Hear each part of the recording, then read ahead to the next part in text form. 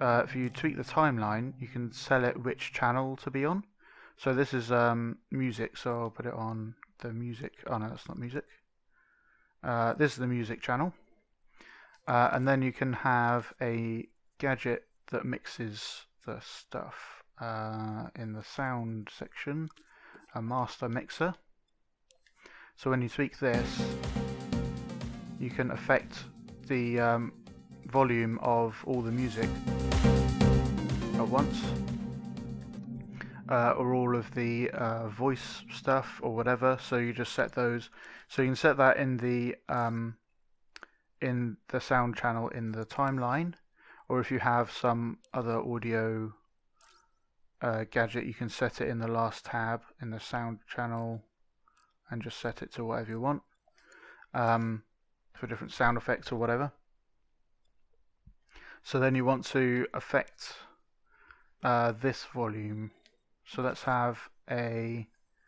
make it so it's all the way off, and then we have a keyframe that turns it to 0, so it's full normal volume, and then we'll have that being affected by settings and whatnot.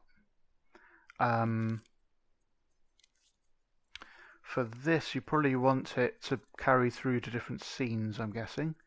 So a good way would be to use a variable. So we add a variable, and we call this the music volume, and have it persist in dream so that the value will carry through to different scenes. And then we have this current value, and we can just plug that straight into the power.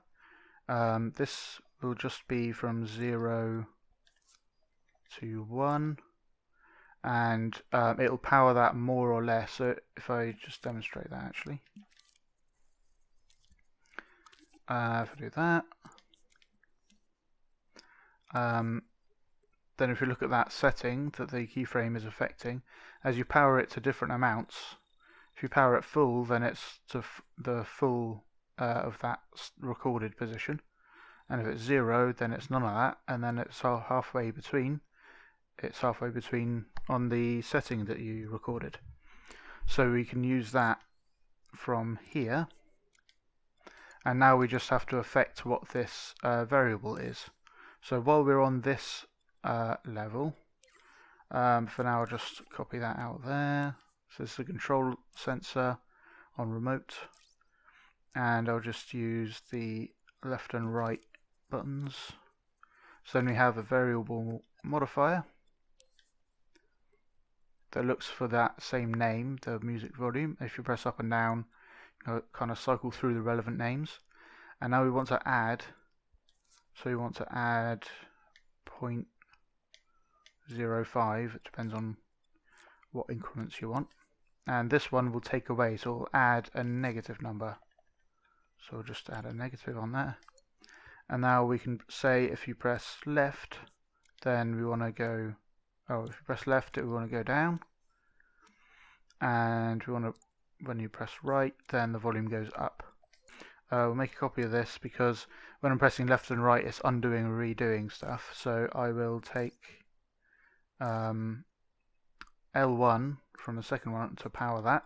So now I have to hold L1 and then press right and left to do that. So if we have this open, we can see how it's affecting it.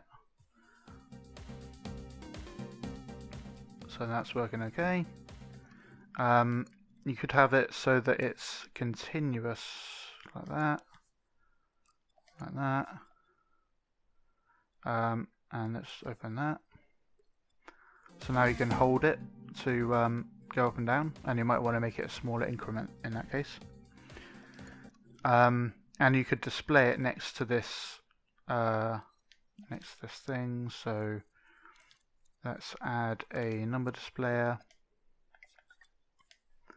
and put that over there. Won't take time to make it look pretty or anything. So this is going to be a number between 0 and 1. So maybe you want it to say a percentage. So if we take that same number and we get a signal manipulator, put it into custom remapper mode. Then we have this kind of funnel we can have where it has an input range and then scales it up or squashes it down into this output range.